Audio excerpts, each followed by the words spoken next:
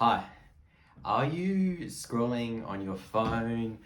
You're just watching something in the background, you're about to hop on to Uber Eats and deliver some like junk food or something that you know is not the best for you. You kind of wish that you could transform or go about doing something different, something that makes a difference or that you're proud of, but you can't seem to get there. You feel lost, you feel confused, right? Well, let me share a story with you. And by the end of this, I'll help give you a sense or a guide about how to transition through this and kind of reset yourself to understand where you are and, more importantly, where you need to be heading, or what internally you realize is where you need to be heading. So this starts with me. I was a lot like you as well. For me, I used to play video games growing up, right? I would really enjoy the process of doing so. I would observe that eventually playing the video game or the video game at a point would kind of not be as rewarding or fulfilling as it would be when I was, like, say, younger. It's almost that I'd become like used to the concept of it. So the reward of it in terms of, say, the dopamine or the sense of wonder and bewilderment had somewhat tapered off.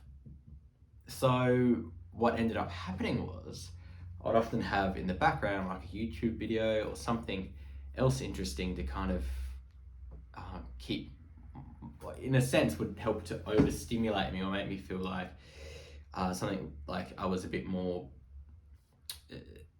I guess, excited about it. I think sometimes this would happen when I was playing the Final Fantasy series and there was a particular part where I had to grind or go on a certain quest or process that was a bit boring in the game, if that makes sense.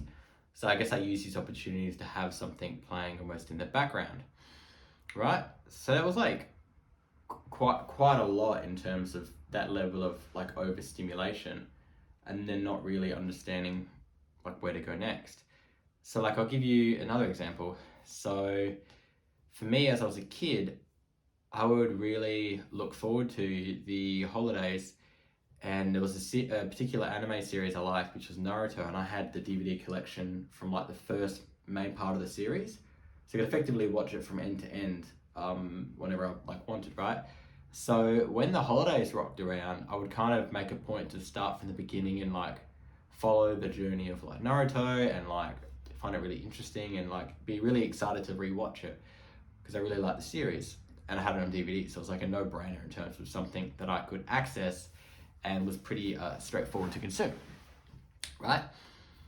And I particularly remember finishing, I believe it was either year 11 or year 12, and watching this from the start, although I believe I selected this time around the Japanese audio with English subtitles instead of the English dub, because obviously I actually studied Japanese in school and I kind of wanted to apply my knowledge more so, and I was able to follow along a bit better with the story, which is really cool. And then hear the differences in the voice actors too. So that was really like exciting at the time, and I felt quite relaxed from doing so. I mean, after like a long year, you deserve that relaxation, right? And that's where this is interesting, because when I got to a point where I moved out of home, I also would watch. What I would do is I would get home, I would cook, I'd clean up, I'd do a round of washing, and then I would effectively feel that I could relax. So what I did was I found out that there was a person that had actually taken the Naruto series and recut it in a way to get rid of a lot of the fluff and filler to make it a bit more consolidated for those that want to follow the actual the story without having to repeat it every 10 times because of how flashbacks work and this and that. And I found that particularly rewarding and relaxing. But here's where the issue kind of comes about, because what I would think in my mind was that after a long day of work, working 9 to 5, I wouldn't have much extra capacity or facility to really push myself or do something that would be challenging in some respects. I was kind of like scared to do so, because I thought I didn't like have enough brain power, I was too fatigued.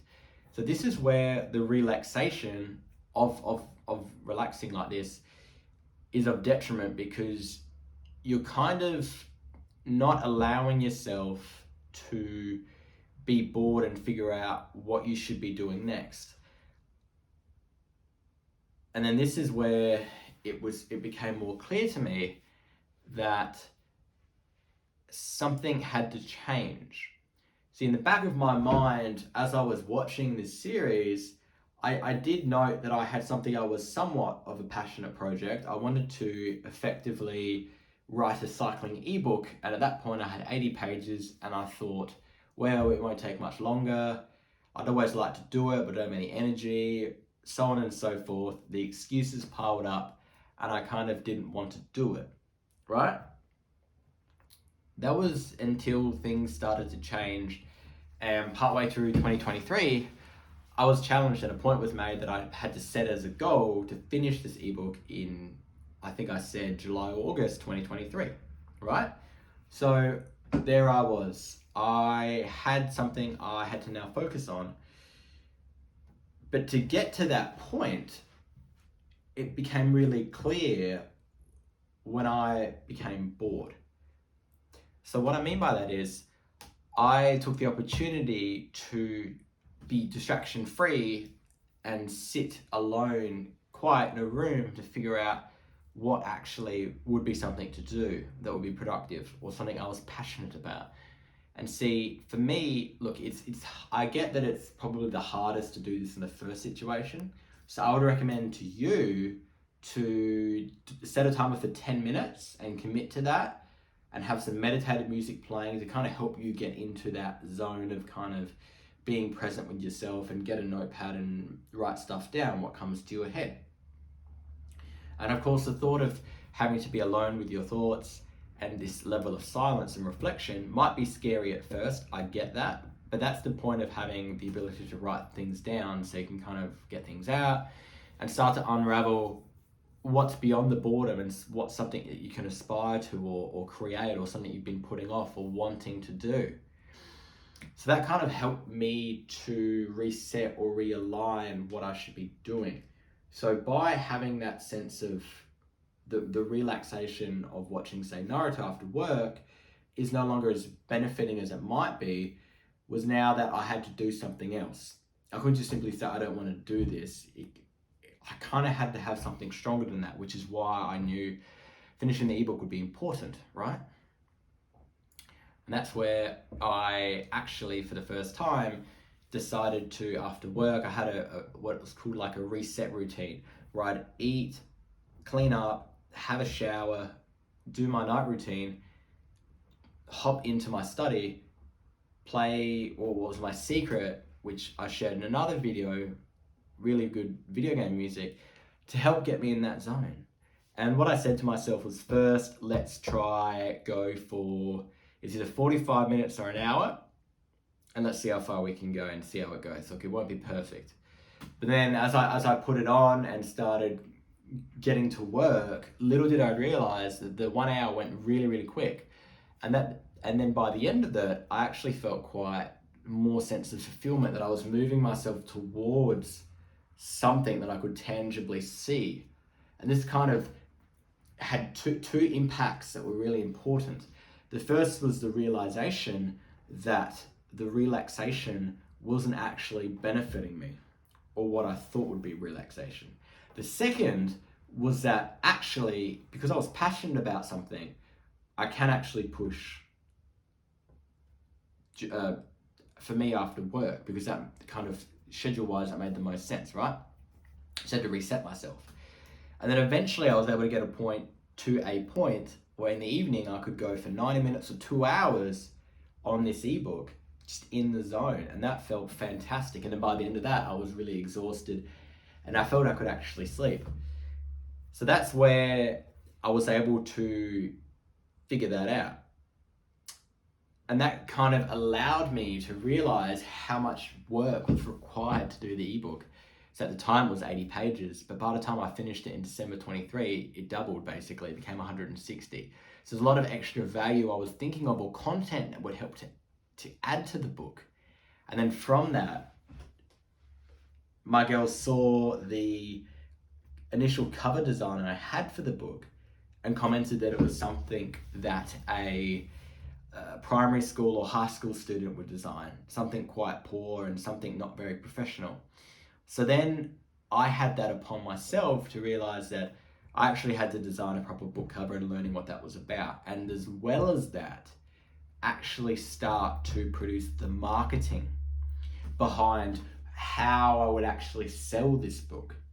And that was where it was super exciting to overcome the challenges of learning something new and really getting frustrated and learning how to overcome the obstacles. It was like I was playing, in a sense, a video game, or I was watching the character in Naruto, for example, having to go through his training arc and figure out what he lacked to get to the next level to learn a new skill or technique or jutsu in that example.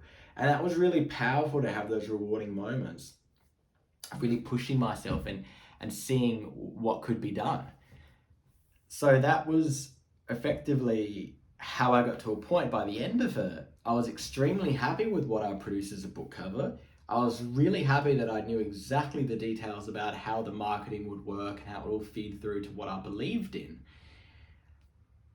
And that was just the beginning. That was just a crystallization of something that I felt I wanted to do when I had the direction.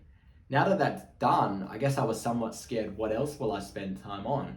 But having the ability now to reflect, write scripts and consider ideas that would benefit you is the next phase. It's like I'm talking to a younger self that I would have appreciated that guidance and where to go and how to save time, how to save money, to effectively shortcut that for someone else and give them that value and that sense of hope.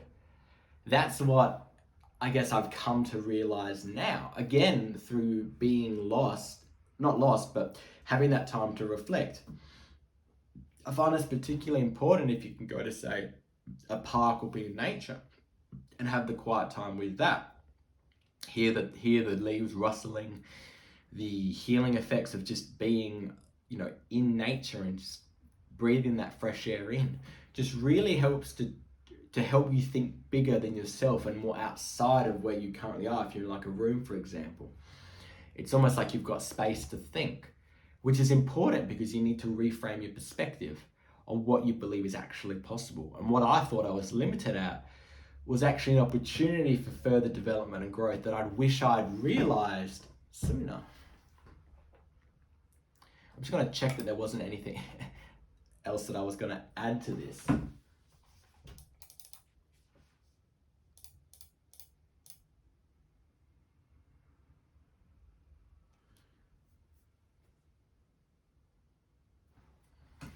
So now when we reflect on how I saw myself before being overstimulated to now stepping more away from that and having those times of reflection, creativity, purpose, drive, focus, flow, whatever you want to call it, and distilling those ideas in my head into something of value is where I see the path forward. And that's what I want you to aspire to do as well. By listening to this, I want you to sit alone with your thoughts, and I want you to unplug yourself, be distraction free for a point in time to understand what's important. It might take longer than 10 minutes. It might be difficult the first time, you might not get anywhere. But until you can get that sense of where that guidance is and where to go next, because you know in your heart where that is, you have to believe and trust in the process. And by doing so, you'll know where the mountain or the closest mountain to you to conquer.